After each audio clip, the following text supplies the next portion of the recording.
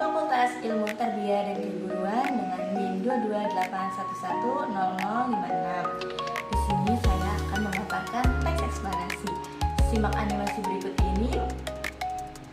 Sebelum mengenal lebih dalam tentang teks eksplanasi, di dalam teks eksplanasi ada definisi, ada struktur teks eksplanasi, ciri-ciri teks eksplanasi, dan tujuan teks eksplanasi.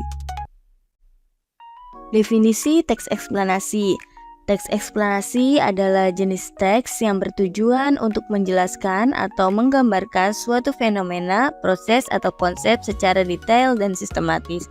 Biasanya, yang dijabarkan oleh teks eksplanasi adalah tentang ilmu, budaya, alam, dan lain sebagainya.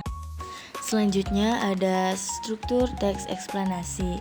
Yang pertama ada pernyataan umum atau identifikasi fenomena. Bagian ini berfungsi sebagai pengantar atau pendahuluan yang menjelaskan topik atau fenomena yang akan dijelaskan dalam teks eksplanasi. Contohnya, jika teks membahas tentang gempa bumi, bagian ini akan menjelaskan apa itu gempa bumi, mengapa terjadi, dan dampaknya secara umum. Yang kedua ada deretan penjelas atau urutan sebab akibat. Adalah inti dari teks eksplanasi yang menjelaskan proses atau mekanisme terjadinya fenomena. Penjelasan ini dapat disusun secara kronologis atau urutan waktu atau berdasarkan hubungan sebab akibat. Misalnya, dalam menjelaskan proses terjadinya hujan, penjelasan akan mencakup tahapan seperti penguapan, kondensasi, dan pengendapan. Interpretasi atau kesimpulan. Bagian ini bersifat opsional, namun seringkali ditemukan dalam teks eksplanasi.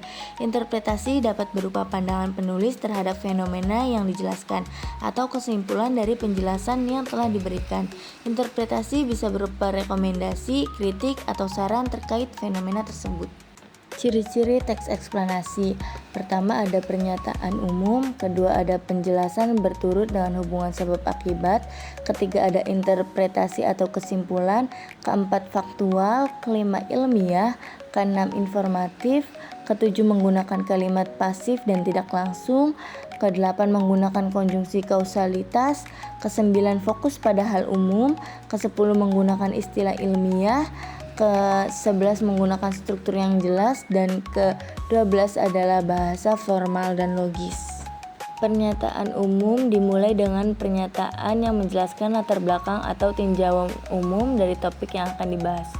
Selanjutnya ada penjelasan berturut, isi teks eksplanasi yang memaparkan penjelasan tentang proses terjadinya suatu fenomena dan menunjukkan hubungan sebab akibat.